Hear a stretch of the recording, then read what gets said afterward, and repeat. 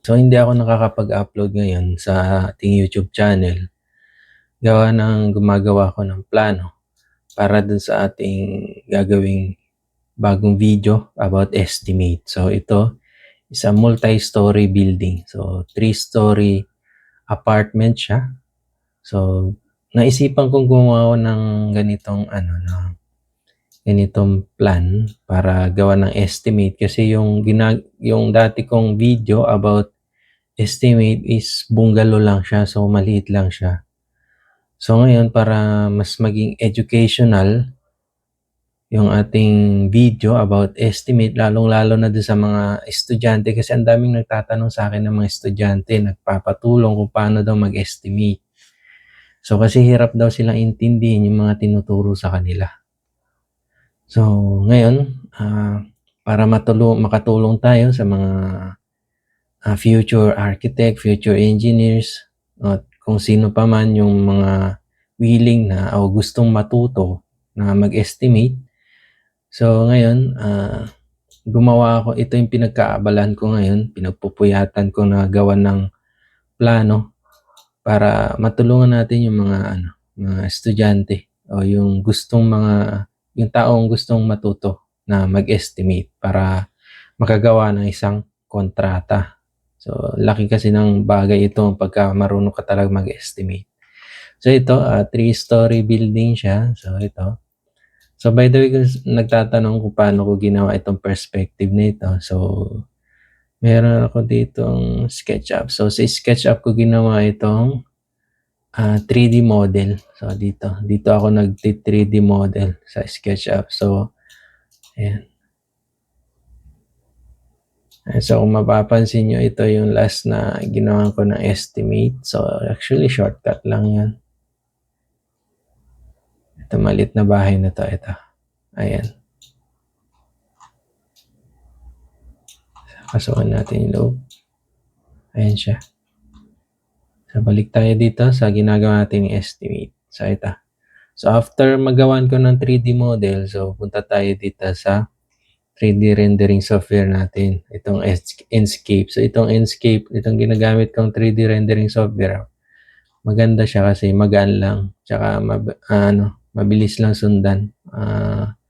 Hindi siya komplikado. Ayan. Kahit manood ka lang ng YouTube, ayan. Matututo ka ng mag-render. So, mabilis lang matutunan itong software na to. Hindi gaya ng Lumion, talaga ang bigat. Kailangan mo talaga ng pangmalakasang PC or desktop. So, balik tayo dito. So, ito yung ginagawa ko ng plano. So, actually, hindi ko pa siya tapos. Architectural, kulang pa ako ng elevation sa architectural. Itong structural, tapos ko na siya. Hindi pa pala. Meron pa pala. Ito. Truss detail. So, ayan. Kailangan ko pa siya na gawa ng detail. So, yung iba tapos na. Balik tayo dito. So, ito yung plan. Matatapos ko siya siguro bukas. Isang night pa. Isang puyatan pa. Matatapos ko na yan.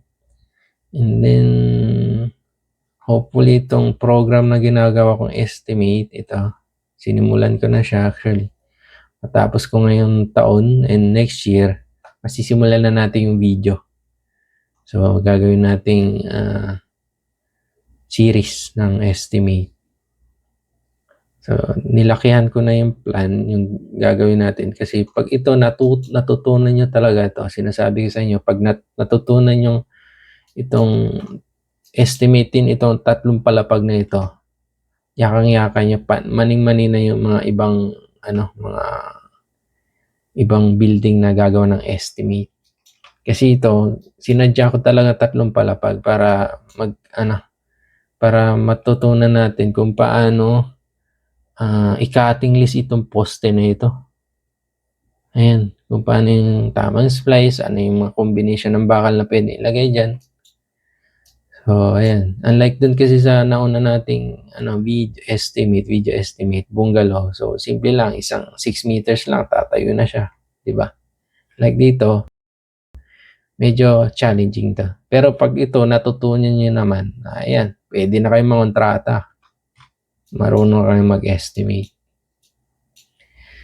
So, I hope na abangan nyo itong gagawin nating project sa ating YouTube channel. So, para matulungan natin yung mga estudyante na gustong matuto at yung mga taong gustong matuto kung paano mag-estimate. So, ayan. So, abangan nyo na lang sa ating YouTube channel. So, ipopost ko na lang ito sa kasabay nitong Excel program. Okay?